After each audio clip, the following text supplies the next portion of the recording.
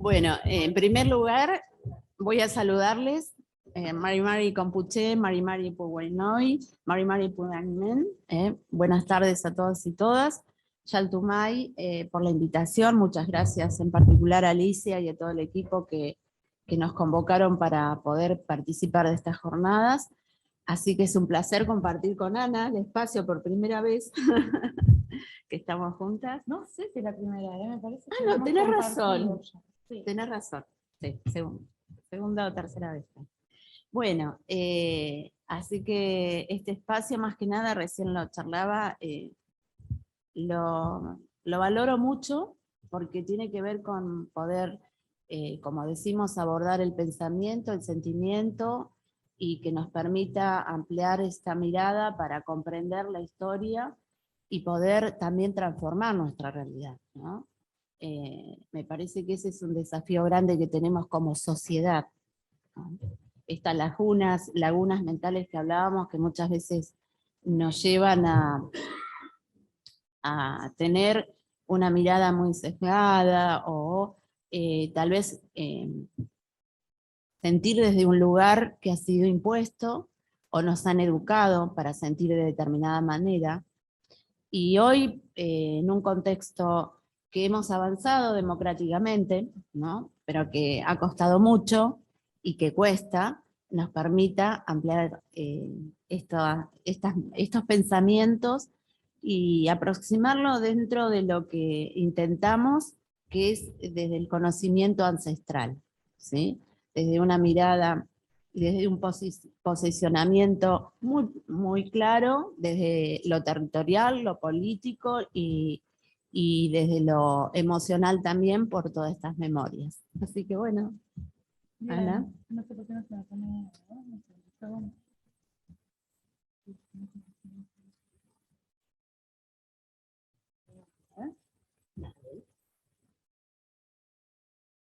Bueno, lo quiero poner ahí. No. Muy bien. Sí. Bueno, en principio quería hacer una introducción que además me inspira por todo lo que escuché recién que estaban conversando, como para arrancar, ¿por qué hablar sobre este recorte en particular para hoy? Trabajar con memorias orales es algo maravilloso que cada vez además me gusta más. Es como un terreno en el que siempre van saliendo nuevas aristas, nuevas preguntas, nuevos planteos, nuevas metodologías, nuevos abordajes, ¿no? Es como que se abre. En alguna otra charla empecé diciendo, a veces cuando uno trabaja mucho con memorias, le da la sensación de que es más lo que tiene que desaprender para poder escuchar y poder entender, ¿no? Por ejemplo, el tema de las clasificaciones, una herencia de la antropología más clásica, que cargamos con eso, la necesidad de clasificar, de crear grupos étnicos, de buscar la clasificación, a qué pertenece. Ahora hay otros paradigmas que están mucho más enfocados en el movimiento, en la trayectoria, ¿no? en lo dinámico y no en lo clasificatorio, que incluso nos ayudan a pensar un poco mejor los procesos. Bueno, la memoria es eso, ¿no? Es algo fluido, es algo siempre, es una interpretación que recrea, que vuelve a pensar, es reflexiva, y que también defiende ese valor de verdad sobre lo que sucedió, como decía hoy, porque muchas veces hace el énfasis en que la memoria es más ficción, subjetiva, no es tan seria, no es tan objetiva como otras, sobre todo no es tan objetiva como el documento escrito, ¿no? Eso suele ser lo que se contrapone. Y la memoria está contada en un arte verbal muy profundo, que tiene muchos criterios de verosimilitud, normativas acerca de cómo evidenciar el testimonio, lo que ocurrió, ¿no? También es una memoria que tiene su propia vigilancia epistémica, podríamos decir, ¿no? No es la plena subjetividad, tampoco. Aún cuando es una historia contada desde, como decía Mirta, desde el trauma, la emoción, las sensibilidades. Bueno, pero esto para decir que lo que ha pasado con los trabajos de memoria, que además los trabajos de memoria en los pueblos que han sido subordinados son trabajos muy esforzados, porque no solo es reconstruir los recuerdos, es reconstruir recuerdos que fueron fragmentados, que fueron, como contaban recién, silenciados, reprimidos, que tienen cargas valorativas que hay que poder también deconstruir. Y además son memorias que se reconstruyen peleando, porque es pelear contra historias oficiales, pelear contra lo que dice la academia, pelear contra los estereotipos. Si hay un trabajo de reconstrucción, de producción de conocimiento, del pleno esfuerzo, es la memoria de un grupo subordinado. Pero lo que estuvo ocurriendo en los últimos años es que eso creció, proliferó. El trabajo de memoria es algo que creció de forma exponencial. Casi que si uno ahora pone la oreja, puede reconstruir procesos que eran impensables de reconstruir, ¿no? Porque se fue produciendo, recordando, ¿no? Los mismos pueblos lo fueron haciendo en diferentes lugares. Y eso también lo que generó es una mayor conciencia de quién es uno. Entonces uno empieza a recordar, bueno, yo tenía una abuela, ahora empiezo a darme cuenta, bueno, justo estábamos hablando hoy con las chicas, ¿no? Empiezo a acordarme que mi abuela, nadie lo había visto, pero estaba pasando esto en mi familia, ¿no? Entonces muchas personas de las ciudades, donde además se sabía, pero no se sabía, que estaba la mayor parte de los pueblos indígenas. Bueno, hoy en las ciudades, por ejemplo, en las ciudades patagónicas, la mayoría se reconoce como parte, por ejemplo, del pueblo mapuche. Ahora, las memorias tienen, esta es una introducción que pretendía ser cortita, pero ya voy. Las memorias también tienen otra particularidad, que son, por eso estamos aquí hablando de patrimonio, de arqueología, de nuestra identidad, de nuestra historia, porque las memorias tienen esto de ser sumamente, nosotros decimos en activa, pero la palabra sería transformadoras, performativas, producen. En la medida en que recordamos, restauramos ese mundo perdido, ¿no? Entonces, si recordamos, de pronto el territorio ya no es, eso le pasa a muchas personas del pueblo mapuche, ¿no? El territorio ya no es el territorio que veían antes, ahora es un territorio que tiene Nehuen, los Ñen, otras fuerzas, se empieza a ver el mundo distinto, ese mundo que había desaparecido empieza incluso a aparecer a la vista, ¿no? Cambia la forma en que se ve la materialidad, los vínculos, las relaciones.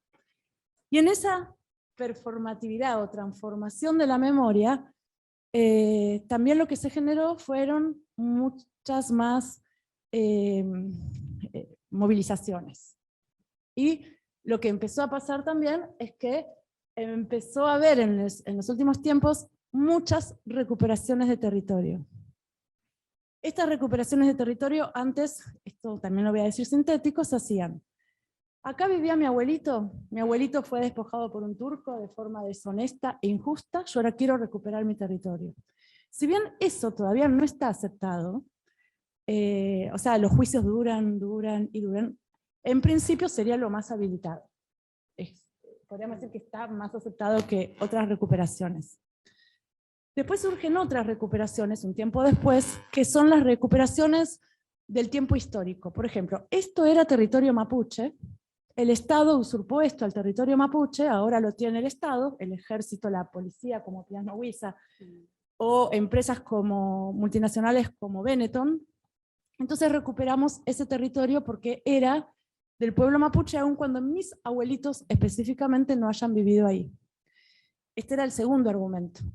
El tercer argumento, que es el que se escucha ahora, que empezó como resultado de los trabajos de memoria, es el de alguien, por ejemplo, voy a dar un ejemplo, que sueña y empieza a tener muchos indicios y se enferma, va a hablar con una machi, y la machi le dice, bueno, es que vos te tenés que levantar como machi, pero para levantarte como machi vas a tener que encontrar tu territorio, porque no te podés levantar en la ciudad. Entonces, a partir de sueños, de otras señales, de ceremonias, en algún momento sabe cuál es el territorio, se recupera ese territorio para poder levantarse, y ese es un rol que además es multiplicador en el pueblo mapuche, porque es un rol de sanación, ¿no? de curación, de trabajo y de más memoria además. Estos procesos fueron cambiando como resultado de las memorias en el pueblo mapuche. Esta presentación, que yo le decía a Mirta que como había preparado el PowerPoint, pero que venga, si mete, ¿no?, bocado en todo eso, la pensé pensando lo siguiente. En realidad voy a ser sincera. Yo conté que venía, había una reunión en casa, porque mañana empieza en distintas provincias, en Río Negro y Chubut seguro, una jornada del pueblo mapuche para visualizar un diagnóstico, una problemática que consideran urgente. Entonces cuando conté que venía me dijeron, bueno, ¿por qué no llevas ese tema también a Buenos Aires?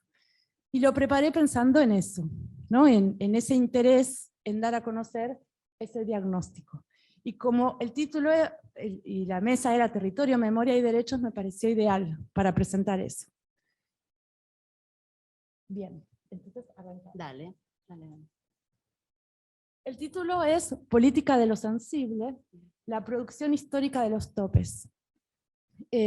Bueno, con ese título, en realidad estoy queriendo presentar el tema, que no es específicamente el pueblo mapuche, sino la sociedad con la que convive el pueblo mapuche. Es decir, el sentido común, los discursos circulantes, ¿no? Este lugar donde emergen las memorias, este lugar donde se da la lucha del pueblo mapuche.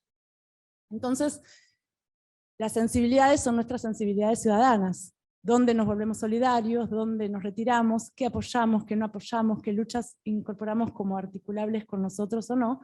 Y los topes son esos momentos en que decimos, ah, no, esto no puede ser, ¿no? Acá me moviliza, o donde me es indiferente, o donde no tengo un tope, ¿no? Eso fue cambiando, esa es la idea, cambiando mucho en los últimos tiempos. Una de las cuestiones que se vienen planteando, el termómetro con el que yo les cuento está puesto en Patagonia. Ustedes me dirán si es parecido o no es parecido. Pero una de las cosas que empezó a ocurrir es en los últimos años, varios años, pero en los últimos, es un giro racista muy notorio, ¿no? Les cuento 3 acontecimientos ultimísimos. Uno es la creación de un grupo que se llama Consenso Bariloche, este grupo que hace eventos, congresos, vienen periodistas famosos a presentar el evento, tienen una página muy sofisticada que habla de paz, de ecología. Está formado por empresarios y por políticos. Consenso Bariloche se está volviendo cada vez más importante, tiene como además algunos espejos en otros lugares. Consenso Bariloche es uno de los productores de discurso racista más activos, ¿no? Una de las cuestiones que instaló es el tema de lo más importante para la paz, para la ecología, para todo lo que promueven, es la propiedad privada. Entonces, todas las luchas mapuches pasaron a ser toma de tierras. Y eso vemos que después circula, ¿no es cierto?, en los discursos. No digo que sea solo Consenso Bariloche, es como el exponente, ¿no?, de esa cuestión. La otra es una discusión, esta sí es muy, muy reciente, que es una ministra en Chile habló de Gulumapu. Entonces, entre Consenso Bariloche, muchos políticos a nivel nacional y provincial se escandalizaron, ¿no? En realidad lo que estaba en peligro al hablar de Gulumapu, cuando en Chile hablan de Gulumapu, Gulumapu sería el territorio mapuche, en realidad de Hualmapu sería, sí, ¿no es cierto? Porque sí, es el territorio Gulumapu, sí, Puelmapu, claro, de los dos lados de la frontera. Como una amenaza a la soberanía nacional. Y entonces empieza a surgir todo este discurso de la pretensión del pueblo mapuche de separarse, ¿no?, de crear un estado independiente, etc. Salió una editorial de Tomás, por ejemplo, creo que en La Nación, hablando de este tema sumamente escandalizado, pero esto repercutió de formas inauditas. Ahora la Universidad de Comahue en Neuquén tiene un juicio porque hablaron en la universidad, iban a izar la bandera del pueblo mapuche y hablaron de Gulumapu. Parece increíble que no se pueda hablar de Gulumapu porque implica todo esto, ¿no? Pero es otro de los ejemplos. Y bueno, y otro ejemplo que es más conocido, pero todo este tema de la amenaza terrorista, la violencia irracional, este programa último que sacó Indios al Ataque, ¿no? Siempre con imágenes de incendios, imágenes de encapuchados, sí, y todas esas cuestiones.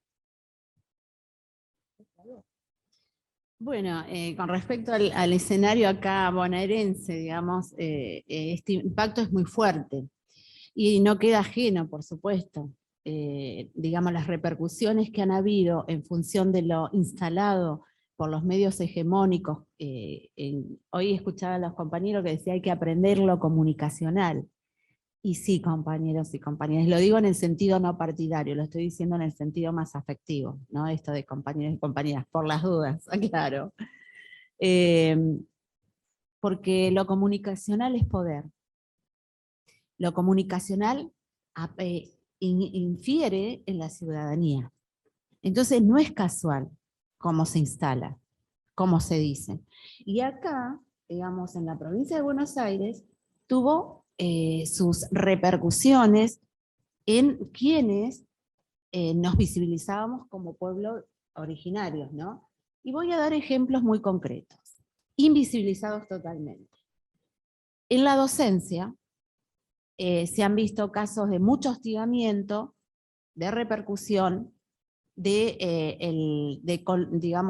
hacia los docentes que mencionaban el tema mapuche o querían visibilizarlo o se identificaban parte del pueblo, digamos, en el contexto, sobre todo en lo que ha sido históricamente, pero en la gestión anterior, ha sido terrible. Y esto no ha salido en ningún lado. Y así también con respecto a los estudiantes.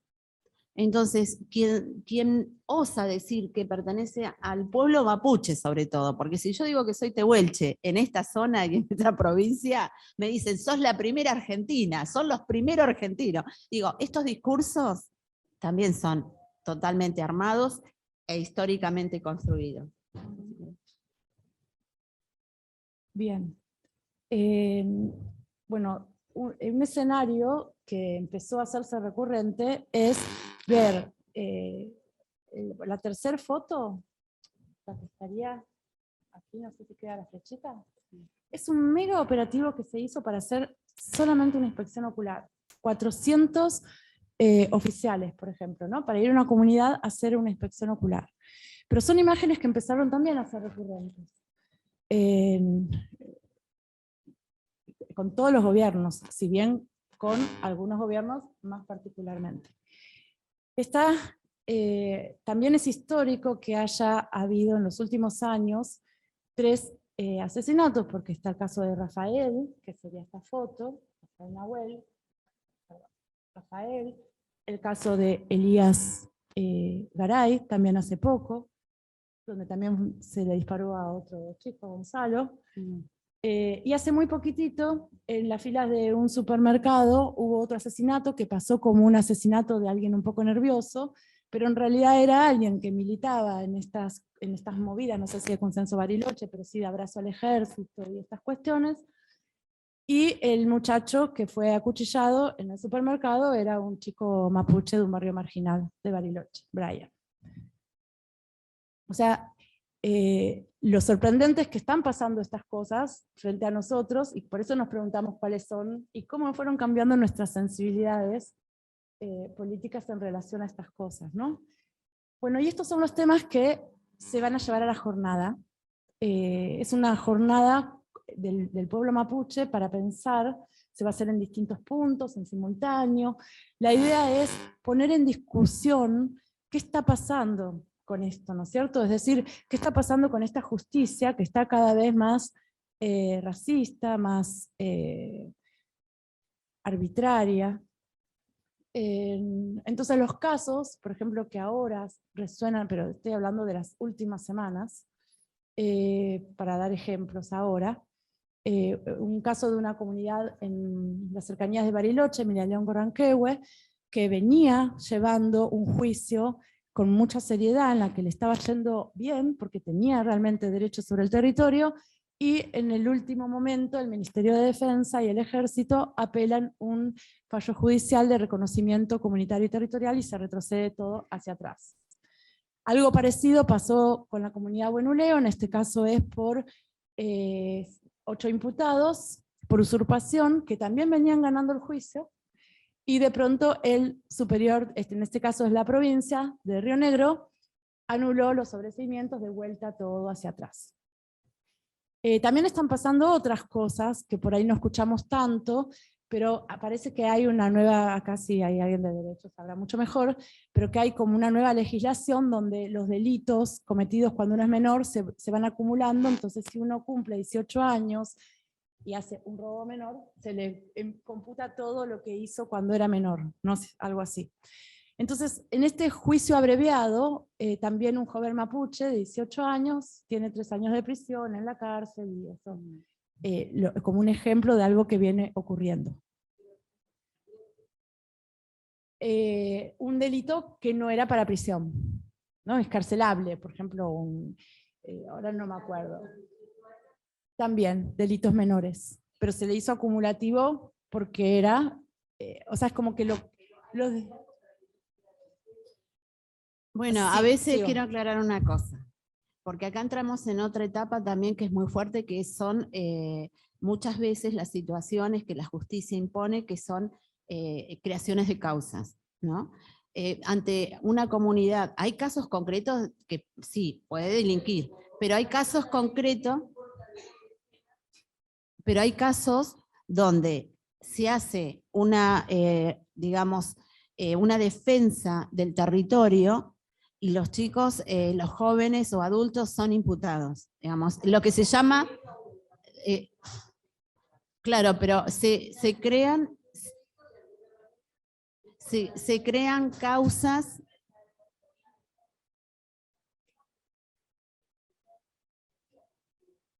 Igual era menor, ¿no?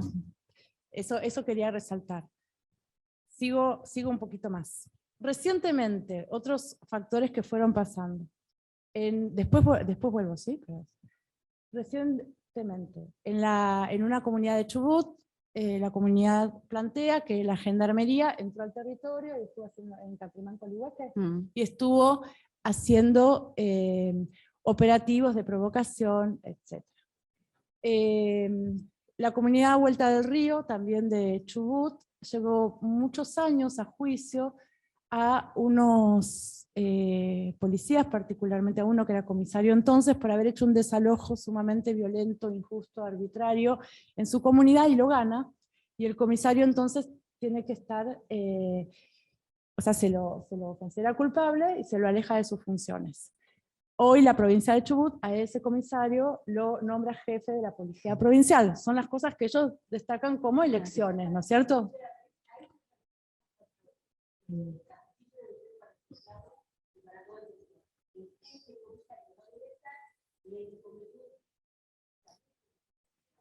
Y después está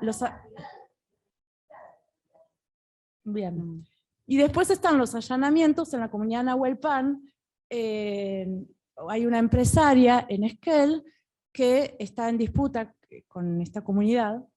Ella es la nieta de los que desalojaron en 1937, y ahora está en disputa con la comunidad Nahuelpan. Esta empresaria dice que le robaron tal cosa y sin evidencias se vaya a hacer un allanamiento a la comunidad. Cuando la comunidad dice que pasa tal cosa, la policía no hace nada. Estas son las denuncias que van a llevar a lo público, al espacio público, en estas jornadas, el pueblo mapuche.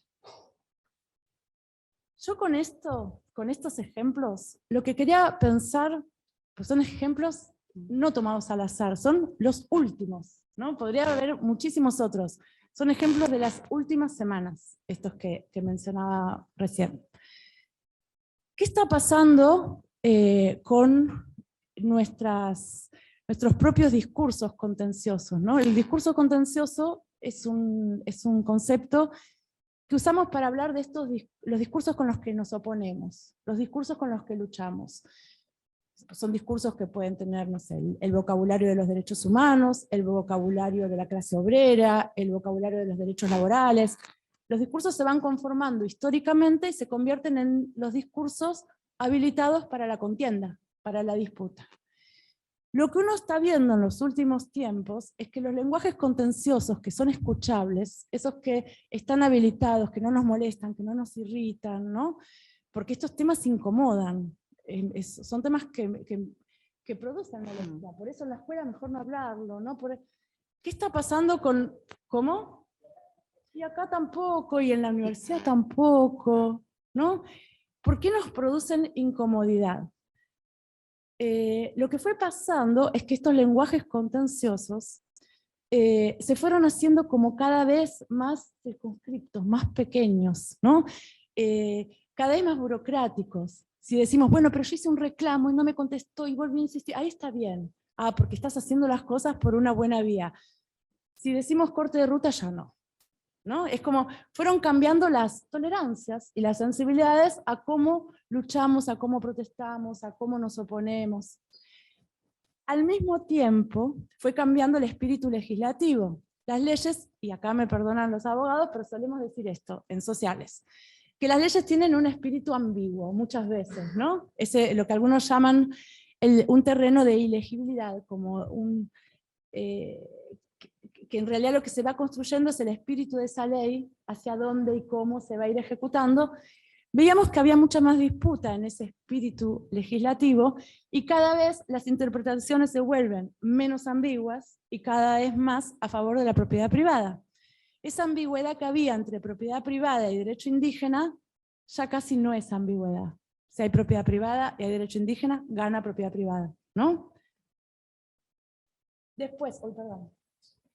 Los actores políticos, un tiempo atrás y sobre todo posdemocracia, los pueblos indígenas empezaron a construirse como un actor político y como una voz política legítima, y lo que fue pasando cada vez más es que no, o sea, no se los reconoce incluso casi hasta oficialmente como actor político. Lo que uno empezó a notar es que la palabra diálogo empezó a ser usada precisamente para no dialogar con el pueblo mapuche. No, con esto no dialogamos porque no hacen las cosas como pretendemos que las hagan. Con esto no dialogamos porque no están organizados y no tienen representantes y no se puede. Con esto no dialogamos por tal cosa, o dialogamos si no nos escuchan, o no vamos a hacer esto hasta que no hagamos una mesa de diálogos, pero la mesa de diálogo está tan armada y en condiciones tan asimétricas que tampoco es posible hacerla, ¿no? Termina siendo un mecanismo de... Es como, está disfrazado, digamos, dialoguemos. Soy tan abierta y abierto que dialoguemos. Pero el diálogo lo pongo subsumido a mi parámetro. Por lo cual yo quiero que vos me respondas de acuerdo a lo que yo planteo. Digo, en esos parámetros es el diálogo. ¿Cómo lo construimos? Claro. Entonces, ¿hay posibilidad de algo, de la diferencia en ese diálogo?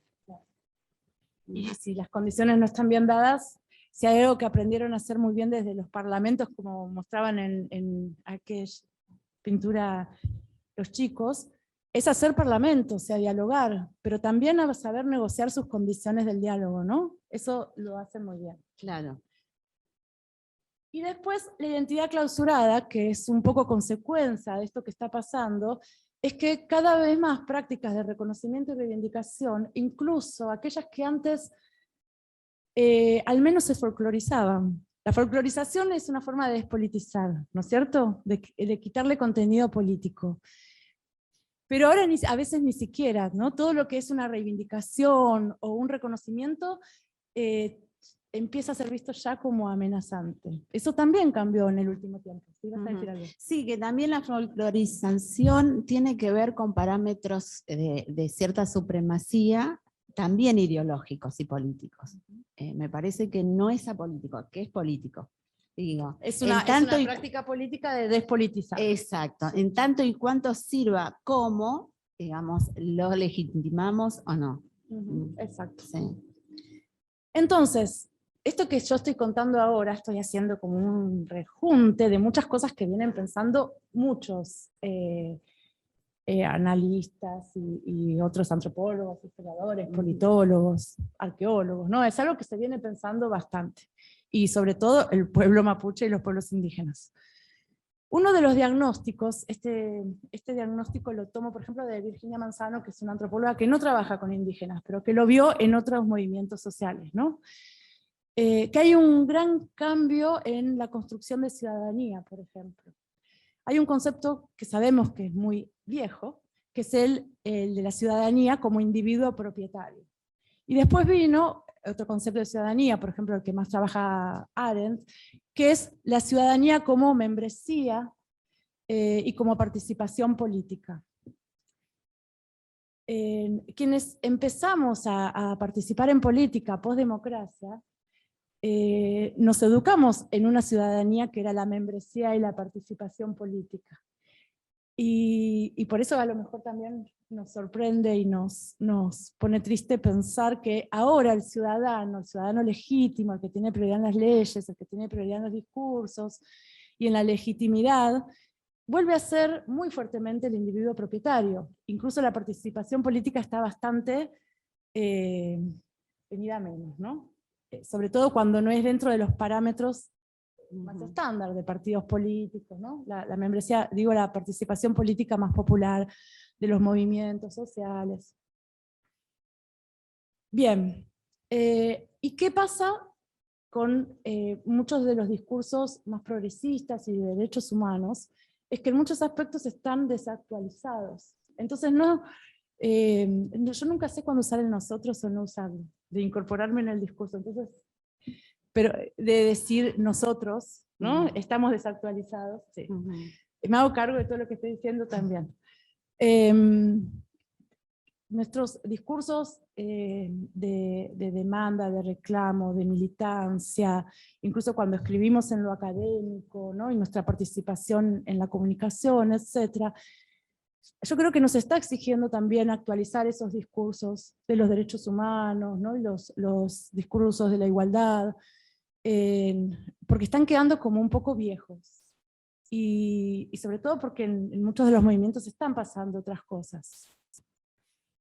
Bueno, esto es lo que dije al principio, estas nuevas sensibilidades y conocimientos políticos tienen una contrapartida, que es lo que va surgiendo a partir de las memorias, ¿no?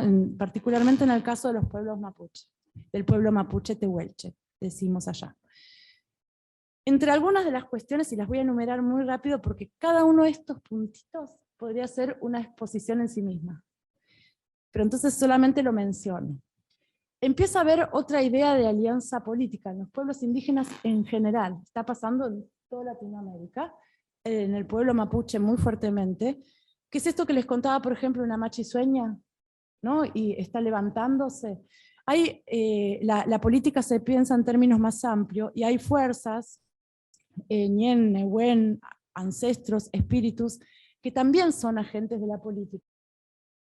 Las primeras alianzas, como dicen muchas personas en el pueblo mapuche tehuelche, las primeras alianzas políticas las hacemos con el territorio. Es como otra concepción de política que está haciéndose muy fuerte en toda Latinoamérica. Bueno, nuevas epistemologías, y muy conflictivos, bordes ontológicos en relación a cómo se están pensando los territorios, los saberes, y las agencias políticas, como decíamos recién, de forma distinta al Estado. Cuando se dice no a la mina, es porque se está pensando una montaña, un volcán, como el lugar del pillán y del espíritu, de esa fuerza, de ese ñen, ¿no? Entonces, es un no a la mina que no implica negociar regalías, que no implica un montón de medios más conocidos, y que es aquí no, y es no, ¿no? Por otras razones.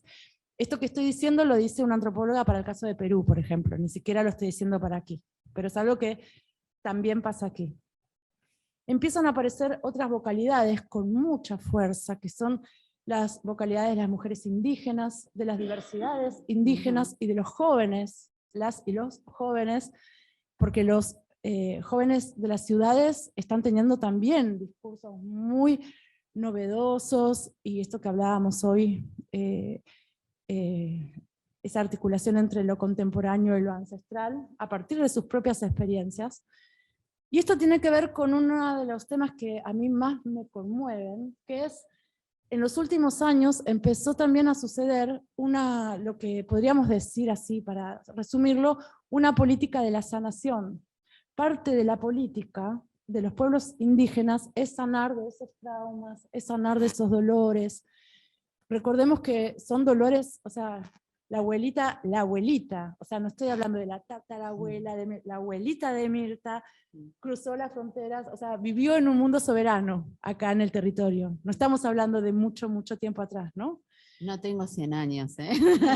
No, era la abuelita. Era chiquita tu abuelita. Pero es una historia reciente, quiero decir, ¿no? El recuerdo de la libertad, el recuerdo de las campañas y el recuerdo de la subordinación. Es muy reciente.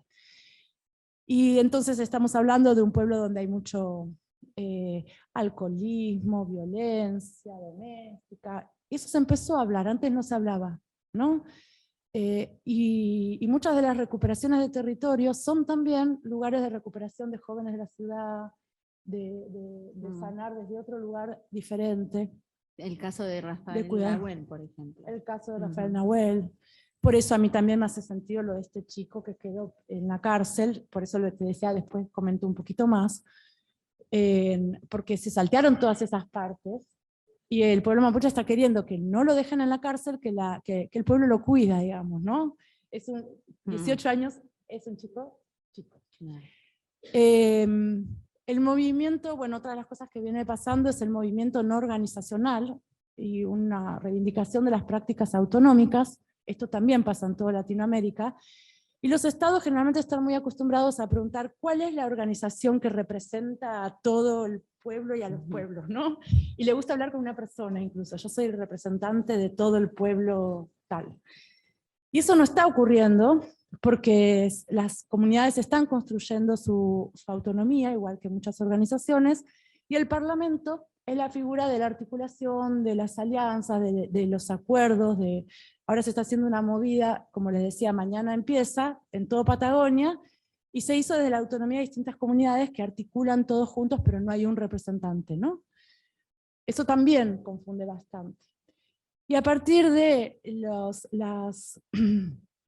digamos, la crudeza de las represiones de los últimos años, también empezó a hablarse de autodefensa. Esto de sostenemos con el cuerpo, no nos vamos, ¿no? No nos sacan de acá, etc. Que es un discurso que también se empezó a hacer importante. Muchas gracias.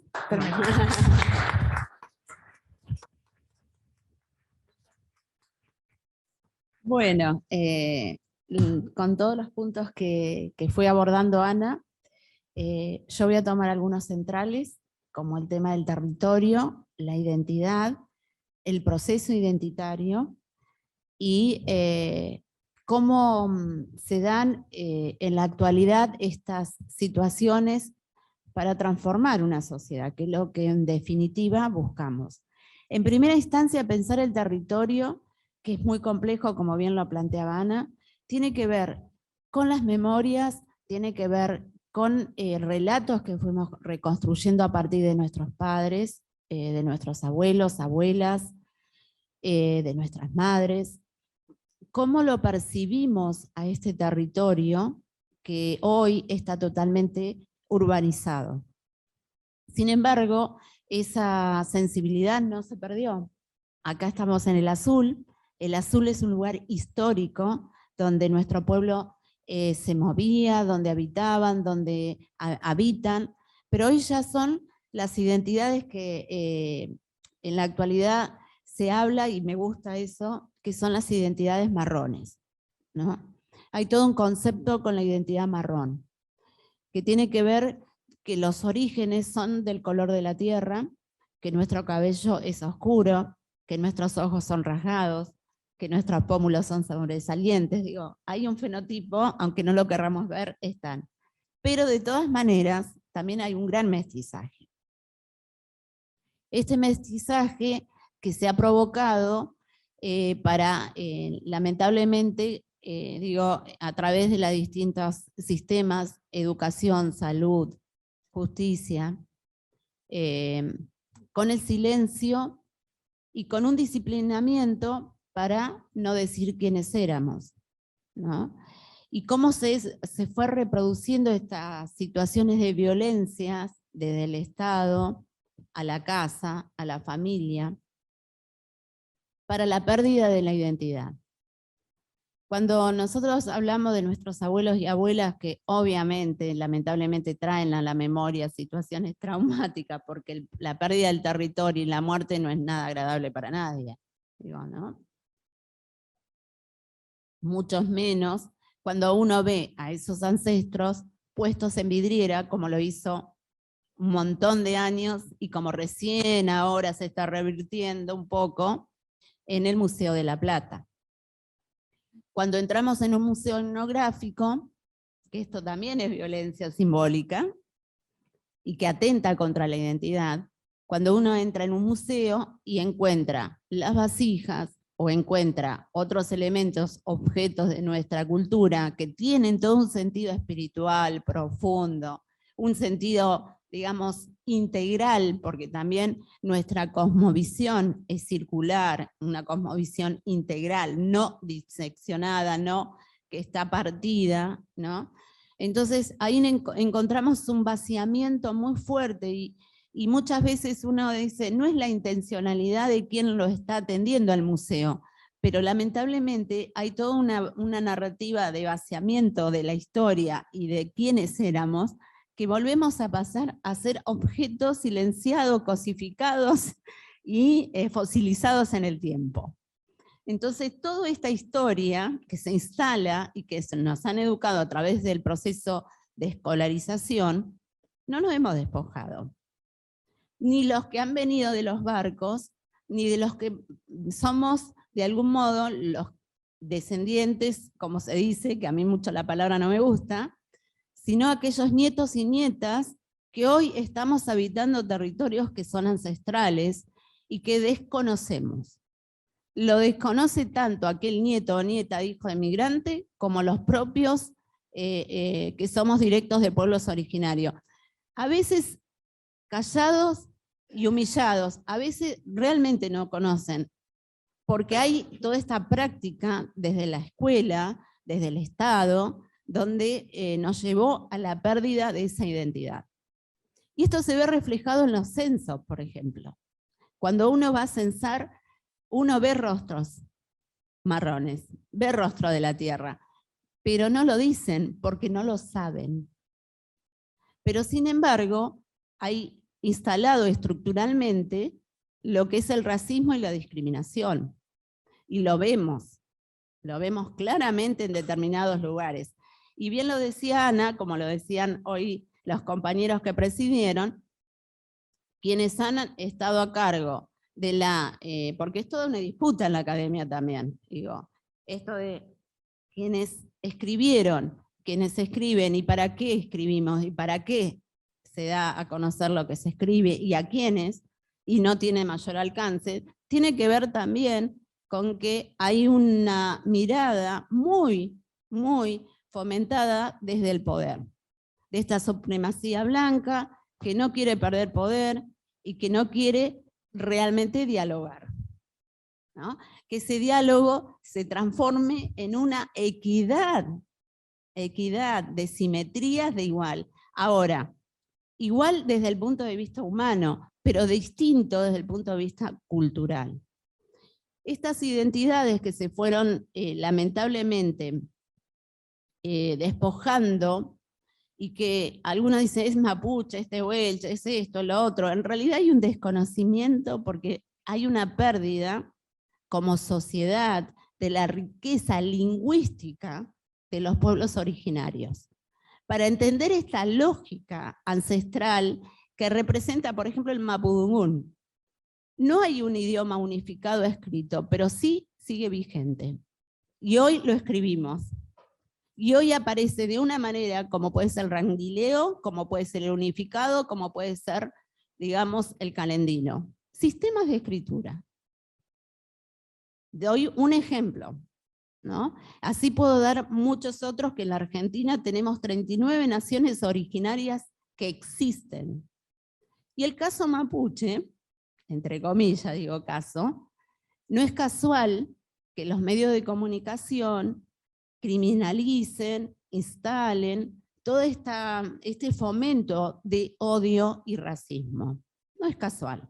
Decir mapuche, y hoy nosotros nos atribuimos la identidad mapuche. Es cierto, fue instituida en el siglo XIX, algunos historiadores me podrán corroborar, porque, o antes, ¿no? Sí, sí, sí.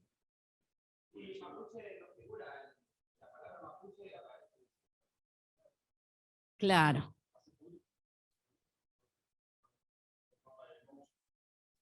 Uh-huh. Claro. Bueno, en realidad nosotros tomamos a posterior, porque había la identidad y existe en el Mapudungún esta concepción en la actualidad todavía. Es decir, en el lugar que yo nací, si es en el azul, la fuerza que me rige es el río azul, el Leufú. Esa es mi identidad. Y mi identidad tenía que ver con lo territorial de la Huel Mapu que explicaba Ana. Los puntos que nosotros vemos circular del norte, del oeste, del este y del sur. ¿De qué lado, dicen cuando uno se presenta, preguntan, ¿de qué lado naciste? ¿No? ¿De Gulumapu, Polmapu, de la Willimapu? ¿De la Pucón Mapu? Bueno, esos son los territorios. Pero a su vez hay otra identidad que está atravesada por las fuerzas naturales que lo mencionaba Ana, que son los yen del lugar, digamos, toda esa fuerza que a nosotros no es lo mismo nacer una luna que sea, digamos, de determinada manera, el día, como esté, si hay viento, si hay sol, si hay nieve, todo eso me da la característica. Y eso tiene que ver con la subjetividad, pero además con el cosmos, pero además con cada una de las relaciones que podamos tener con esas fuerzas naturales. Y eso hoy no lo tenemos, porque cuando una hermana va a parir, va a una sala, sufre la discriminación, el racismo, y encima tiene que parir como la obligan. Había una sabiduría ancestral que no fue casual, no éramos ignorantes, ¿eh? No. Acá sigue reinando la misma supremacía blanca de hace mucho tiempo, que tiene que ver con ciertos poderes en lo comunicacional, en el derecho, en la academia, en el proceso de escolarización, en la salud. Digamos, en cada punto que tocamos, siempre vamos a ver la balanza en desequilibrio. Por eso no se conoce, y lo que uno conoce de los pueblos originarios es el estereotipo instalado de el borracho, el harapiento, el que perdió su territorio y allá lejos y hace siglos, por lo cual hoy en la provincia de Buenos Aires hablamos que no hay comunidades, no hay pueblos originarios, cuando es la mayor cantidad de presencia originaria que tenemos en cada uno de los puntos de la provincia de Buenos Aires. Voy a hablar particularmente del cordón bonaerense, del conurbano bonaerense. Es impresionante la cantidad de pueblos originarios hablantes. Ah, no, pero son bolitas. Ah, no, pero son paraguayos. Digo, ahí hay que desconstruir este discurso y hay que pensar que hay formas ancestrales que nos negamos a dejar de ser.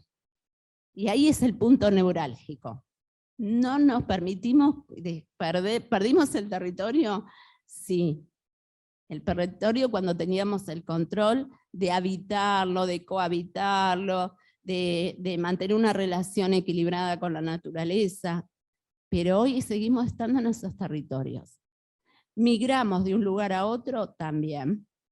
Pero donde vamos, llevamos nuestras memorias, donde vamos, llevamos nuestro quehacer, nuestras formas socioculturales, comunitarias, y nos reafirmamos. ¿Y quiénes somos? Las nuevas generaciones de aquellos que han sido asesinados y asesinadas en un Estado que hoy todavía le niega este delito que ha sido de lesa humanidad, pero que hace poquito crea un precedente como fue en la sentencia de Napalpí. Quienes son abogados sabrán, ¿no?, que recientemente nosotros celebramos que haya sido así, pero que todavía con la campaña mal llamada El Desierto no se ha hecho nada. Digo, me parece que como ciudadanos y ciudadanas nos queda, por lo menos aquellos que intentamos reavivar nuestra humanidad con un lugar de sensibilidad social para poder pensar otro mundo posible. Y lo pensamos y lo accionamos y lo creamos. Porque no nos dejamos permitir más no solo los relatos, que ya han mentido bastante a lo largo de la historia, o de la academia, que se ha sustentado y se sigue escribiendo, nos negamos, y ahí estamos para poder reescribir, sino también porque es un derecho que tiene la sociedad en su conjunto. No es solo de los pueblos originarios. No es algo que por ser indígena o por ser mapuche, sino que es un derecho de la sociedad en su conjunto, hoy, en este siglo XXI, poder modificar y transformar esa realidad, porque nos merecemos vivir mejor. Entonces me parece que es muy fuerte ver el recorrido, perdón las lágrimas, pero no puedo dejar de pensar en Rafita Nahuel, en mi bisabuela, o en tantos otros y otras que hoy son criminalizados por ser alguien distinto. Pero también siento el empuje y la vida de pensar que en cada ámbito de rebeldía que estamos, pensándonos distintos, le ganamos a esa supremacía que quiere perpetuarse en ciertos poderes. Es un contexto difícil, acá también. No es fácil. Y me parece que como dice Elikura Chihuelaf en su poesía, son tiempos de mirar el azul. Son tiempos de mirar el azul como emblemático, como posibilidad simbólica de transformación de una realidad que ha sido tremendamente cruda y que sigue siéndolo. De despojarnos de nuestro propio racismo, de despojarnos como humanos de nuestros propios prejuicios y de pensar que necesariamente, imperiosamente, tenemos que abrir espacios de diálogo y de construcción para crear otra humanidad donde verdaderamente podamos enriquecernos mutuamente, y no desde el lugar, como yo siempre me río, y digo, desde ese lugar de patrón o patrona, ¿no? Donde automáticamente anulo a la otra persona desde un lugar totalmente desigual. Hablar de una sociedad de desigualdad nos lleva a pensar a que no hubiese sido posible haber atravesado tantas situaciones en nuestros pueblos y hoy estar dignamente parados de pie, reivindicándolo en cualquier orden, desde lo simbólico, desde lo político, desde lo comunicacional, desde el sentir. Así que, Petumungaleín, nuestro pueblo sigue vivo, y les digo, Yaltumay, muchas gracias, y disculpen la emoción.